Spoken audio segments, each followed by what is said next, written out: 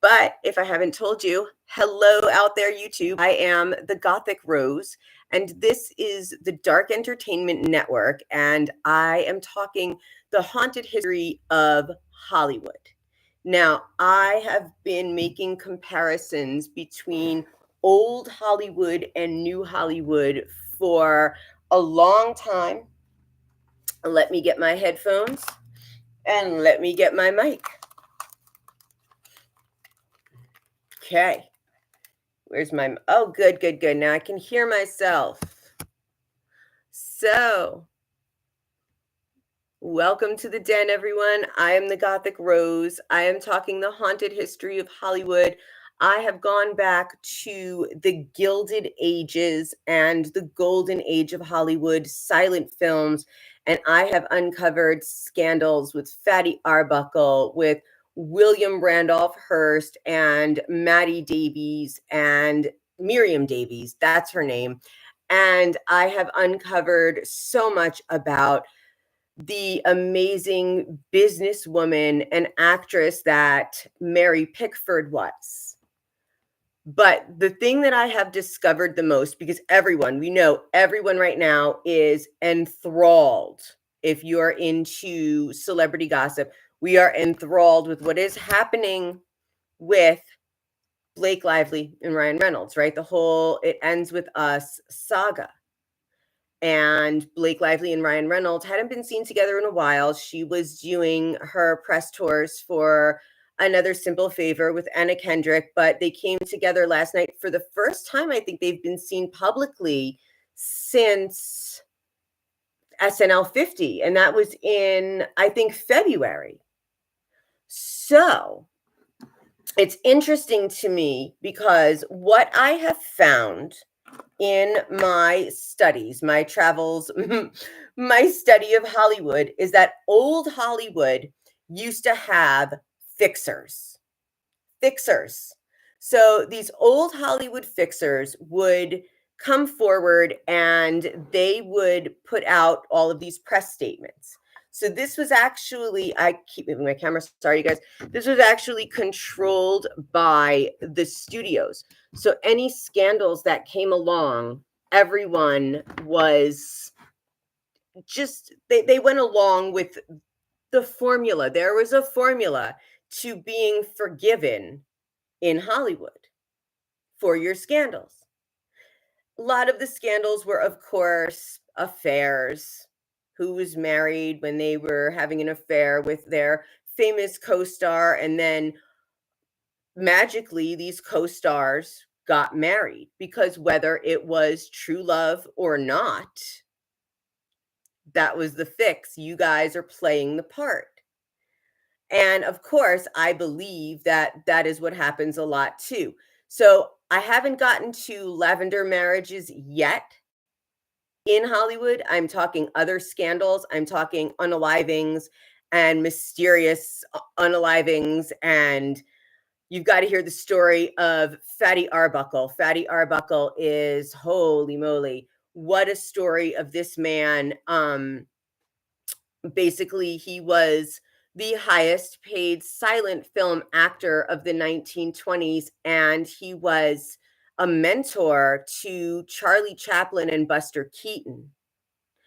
And I have a theory that Fatty Arbuckle's undoing and his scandal was spread around by someone. And my theory is that someone was Charlie Chaplin, who knew all of Fatty Arbuckle's secrets and just wanted the notoriety of being the greatest silent film maker ever. And he does have that notoriety. So I'm just finding these little connections here. And I think in my last live stream, it might have been the live stream, I don't remember, but I compared Mary Pickford and Douglas Fairbanks to Blake Lively and Ryan Reynolds drama, because they were both in relationships when they got together. So Mary Pickford and Douglas Fairbanks in 1915 started an affair, and by 1920 they were married and remained married for 16 years. They got a divorce in 1936, but they built Pickfair, which was the cultural center for the arts in Los Angeles at the time. They co-founded United Artists along with Charlie Chaplin. They co-founded the Motion Picture Academy for Arts and Sciences, the Academy Awards, the Oscars. They did this all in between 1919 and 1929. They built Hollywood within those years when no actors had any protections. So then in 1933, SAG comes along, the Screen Actors Guild, and then soon after we have the Writers Guild, and we're getting all into that history, but it's a really interesting history because most of the actors at the time, they had to negotiate either with the theaters themselves if they were vaudeville actors or with the studios themselves. And, if they weren't big sellers, they weren't getting the money, they weren't getting the contracts. So then we have the introduction of agents who would step in and negotiate for these actors. But people like Mary Pickford did it on her own. She came up with the formula for making herself into a star and putting herself on the posters as the main attraction of the movie. And then all of these other actors followed suit. So they had this honestly brilliant formula for gaining and maintaining star status, but also becoming an icon. And I have someone named Johnny Christopher Depp, one, liking my live. Thank you. That's awesome. That'd be cool if you really were Johnny Depp. But the beauty of old Hollywood, the beauty of the silent film industry, the beauty of how they took silent films basically from stage, from vaudeville. They created this incredible illusion. But at the time, and honestly, I say it, up until the year 2000, the post Y2K celebrities are a hot mess, an absolute hot mess. The pre Y2K celebrities really have been able to keep it together, and whatever scandals they've had, unless it was really, really awful, which we will get into those too, they were able to overcome. So what I was saying was Mary Pickford and Douglas Fairbanks started an affair in 1915. They were both married at the time, but they were forgiven. They were Hollywood's first power couple. They built Pickfair, United Artists, the Academy Awards.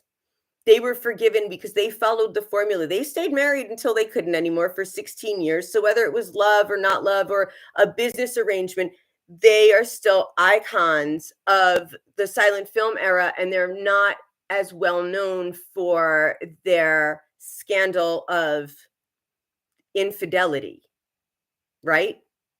But when we get to 1921, and I just did 2 podcasts on Fatty Arbuckle. So if you want to go over to the Den, the Dark Entertainment Network, the link is in the bio for those of you on TikTok. For those of you just watching here, hit subscribe, hit the bell.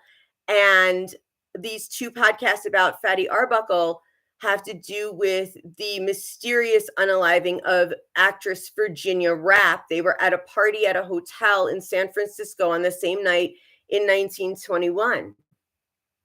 And Virginia Rappe fell ill and passed days later. But she passed from a serious medical condition that, in my opinion, looking into this, seems like it had been untreated.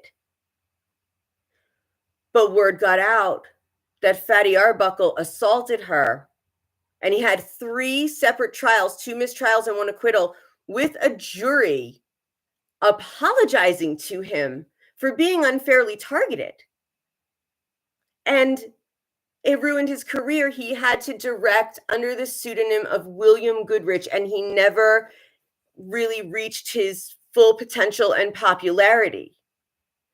So his scandal in 1921 had to do with really a lot of just severe public outrage before even knowing what happened.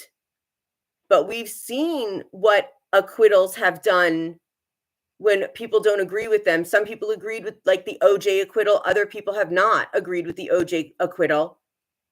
Some people agree with the Scott Peterson sentencing, others do not. And now we have it's one of these teams out there has new evidence and they're presenting a new trial for Scott Peterson. So there are so many things that, even if Scott Peterson gets a new trial and is acquitted, will people believe that he didn't do it? Look how many people look at JonBenet Ramsey's parents, that they could have had something to do with it. We still don't know, but it leans towards no. So when you have something like an unaliving happen in Hollywood that is mysterious, and Virginia Rapp's death seemed mysterious, but it wasn't, because it was a severe medical condition that needed immediate treatment and she did not get that. But it ruined a man's life and career. Now we can also look at Amber Heard and Johnny Depp. And he won his trial, he proved his case. Now we have to see what happens with Blake Lively and Justin Baldoni. And Blake Lively's still putting herself out there. She's out, she's in Time Magazine's 100 Most Influential, which is weird because it's April. How are you influential in 2025 for April? Shouldn't it be most influential of 2024? And it took 4 months to pick. You went through the whole 12 months of what they did. It's very strange. But the difference that I want to make in old Hollywood versus new Hollywood is the old formula that was created for these stars to gain and maintain stardom, to elevate themselves to icon status. It's not working in the digital age. It was working in the analog age. But with the digital age, my opinion is the celebrities who allow their PR teams or management or whomever to run their social media are the ones doing it right. Or the ones who don't have social media at all are doing it right. It's like, you're famous enough. Why do you need social media? What is the purpose? I say that to the point also of, you're famous enough. Do you need a brand? But I will admit, some of the brands are fantastic. Like Jessica Alba's Honest Company. I mean, she really put herself into it. She became the person that she wanted to be, like, for her family. So I do believe that you're able to like morph and do things. I mean, same thing with, like, let's talk Gwyneth Paltrow, right? Let's talk Goop for a second. She does sell high-end quality items, and to her group of people, to people who can afford her lifestyle and everything, she is a bit of a guru. We really can't not acknowledge that. She has her ways. She's been talking macrobiotic diet for years. She's been doing things like cupping for years. She's been doing so many things that have, been lifestyle. Martha Stewart, she's the ultimate lifestyle. So her having anything that's in Michael's, anything artistic, anything cake decorating, recipe books, whatever. She has clothing as well. She has a specific style,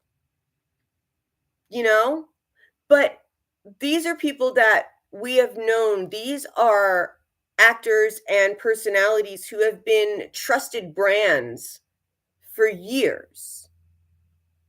So when we get to Blake Lively and Blake Brown Beauty, I will say this: the packaging is stunning and beautiful. They did a great job with it. I've heard that the scents of the hair products are really nice. I've seen some people compliment them a lot. Those who had like oilier hair said that the products were great. Those who had drier hair said that the products didn't work as well for their hair. But not every product is for everyone. But I saw the price point. The price point, what is it? Was it between $19 to $25 a product? And that to me is not economically sound. Like for me, and the bottles weren't very big for that price.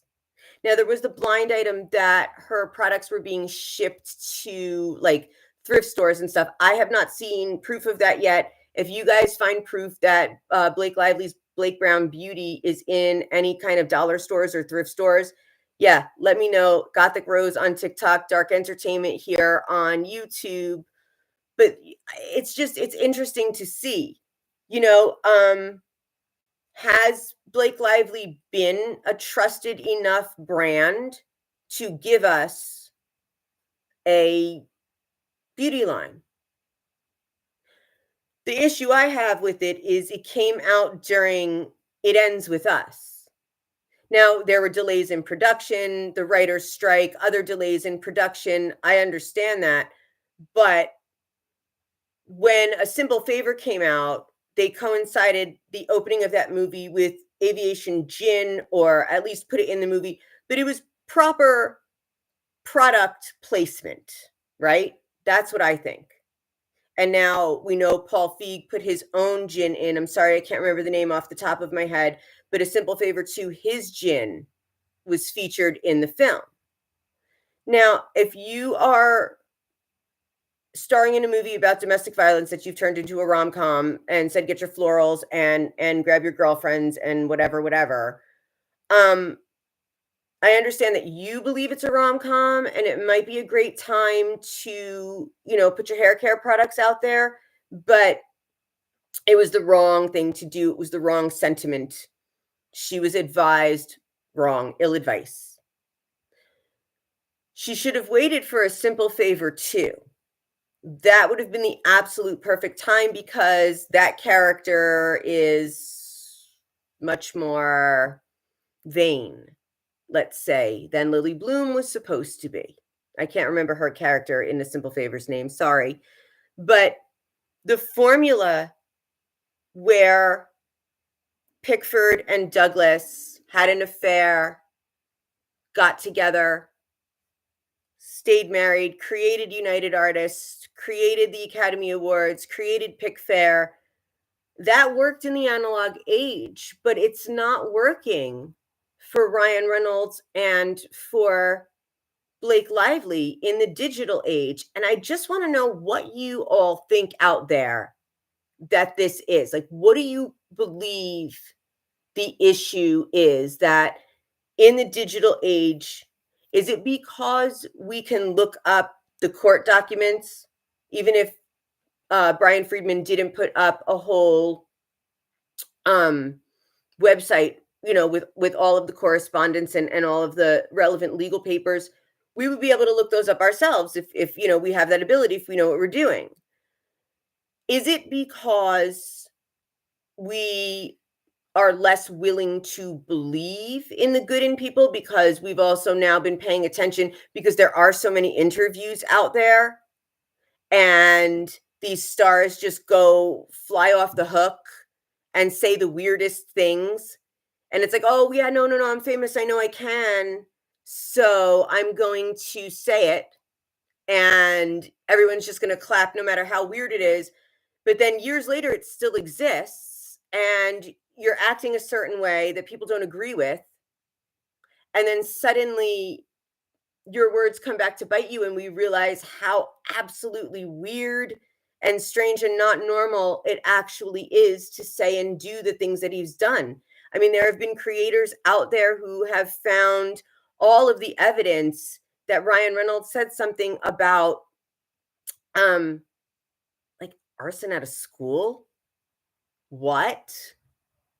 And something about the statute of limitations is over. What? Probably not for that. Not for that crime. So, where was his advisor, right? Where was his manager? Where was his agent? Where was his PR person when all of this was going down, that he said this and just thought nothing of it off the cuff? Oh, I'm so big and famous, no one will get me. They got Diddy. you know? They got Diddy. So, I don't know. I've just been, like I said, looking into old Hollywood versus new Hollywood, and the stars that follow the old Hollywood formula, I think, are the ones that have been able to gain and maintain their fame and just do it better. Do it better than the other stars. Like I said, the ones that don't have social media, or the ones that let their management team just cover their social media for them, make them look like the star that they are, like keep up the illusion. That's okay with me. Because then to me, yeah, you're worth your millions of dollars if what I see is a star all the time. I'm like, yo, never complain, never explain, act like royalty. You have all this privilege, you have all this power, you have everything at your fingertips. And for some reason, you choose to still complain. And I said this on Flossom Talk, that I feel that Hollywoodized the Me Too movement that was supposed to really help victims, and they've made it about such trite little indiscretions that the people who really are severely abused, the people who are still, hiding, who are planning escape routes to get out of their homes, who have safe words, who are looking for safe houses, all of those kinds of people, they are being swept under the rug because we're paying more attention to what Hollywood stars are complaining about, like they're more important than the rest of us, which is not the truth. And especially now with China just like dropping the bomb that everything is made, at least 80% of the luxury items, bags, shoes, all of that are made in China. And the labels are sewn on in, Italy or France or whatever. Listen, no shame if you tell us. And I get it, you're still buying the brand name. That's fine. I have a lot of brand name stuff myself like that. But I also was the queen of the Canal Street Fugazis, and learning that those Canal Street Fugazis were not fake, even though Kim Kardashian's like, no, no, no, it's not true. I know everyone wants it to be true, but it's not. It's like, no, your millions of dollars worth of stuff is like probably thousands of dollars worth of stuff. It's okay, but that starts to break the illusion. But again, I've said this before, we're in the age of Aquarius and the illusion is about to be broken. I am the Aquarius. I am the illusion breaker. I don't care if I believed it my whole life. If the illusion is broken for me, it's broken. I'm done. That's the kind of conspiracy theorist I am. I will either fully believe it or I will fully not, but I have to look into it completely. And in Hollywood, and I will talk about this more in the den. You guys go ahead, subscribe, hit the bell, do all of that. But I'm going to talk more about this particular formula as we progress through the haunted history of Hollywood. It is so interesting. Honestly, if you are any kind of a history nerd, if you are any kind of, just a pop culture nerd, go back to the beginning with me. Go back to the beginning, check it all out, because it's just incredible. Just even the innovation of the cameras, the innovation of how they created the silent films, how they wrote the scores to go along with it, how some of the movie machines were either faster or slower. So the musicians playing accompaniment had to speed up or slow down. I mean, the innovation and the work that went into this. And then, of course, there is the lesser known Hollywood pioneer, African American producer, director, and writer Oscar Micheaux, who is was a homesteader from South Dakota. And in 1917, he wrote the book The Homesteader. And in 1919, it became his first silent film. And by 1920, he created the silent film Within Our Gates, which was a direct response to the incredible amount of racism in D.W. Griffith's The Birth of a Nation, which was premiered at the White House in 1915 to Woodrow Wilson, who at the time was said to have praised the film, but 3 years later he wrote a letter saying he regretted being part of the film or having anything to do with the film, having the premiere at the White House. So this was my first Hollywood politics connection where they sort of used each other a little bit, but it didn't work out so well for Woodrow Wilson. So I go into a lot of that and that story. So if you guys want to go over there and leave me a comment, because if you want to know something else, if you want to know a little bit of a detail, I love research. I love looking into things. I love finding the littlest details, but my inspiration comes from you. It comes from the community of people. Your minds work differently than my mind. I might want to know one question and only focus on one thing where you might want something else. So if you like this kind of content, subscribe to the Dark Entertainment Network. Let me know what you want to hear about. I will take my time and look into absolutely everything, every little minute, minuscule detail that I can find, any little piece of gossip that I can find from over 100 years ago. You guys will know it. Just let me know what you're looking for in the comments. And I just want to say thank you to everyone who has subscribed, who follows me on TikTok, who is over here in the den on YouTube. Thank you guys so much, because this is such a passion project for me. And yeah, I'm just having a good time with it. And when we get to September, which is officially spooky season, we are going back to the haunted, creepy, paranormal, UFO, all kinds of stories, those hair-raising tinglers. If you want to hear any of those, I have so many at the beginning of the channel. Just search through. Thank you guys so much for joining me in the den. I'm the Gothic Rose. Peace. Rock on. I will see you guys on the next episode. Thank you. Thank you.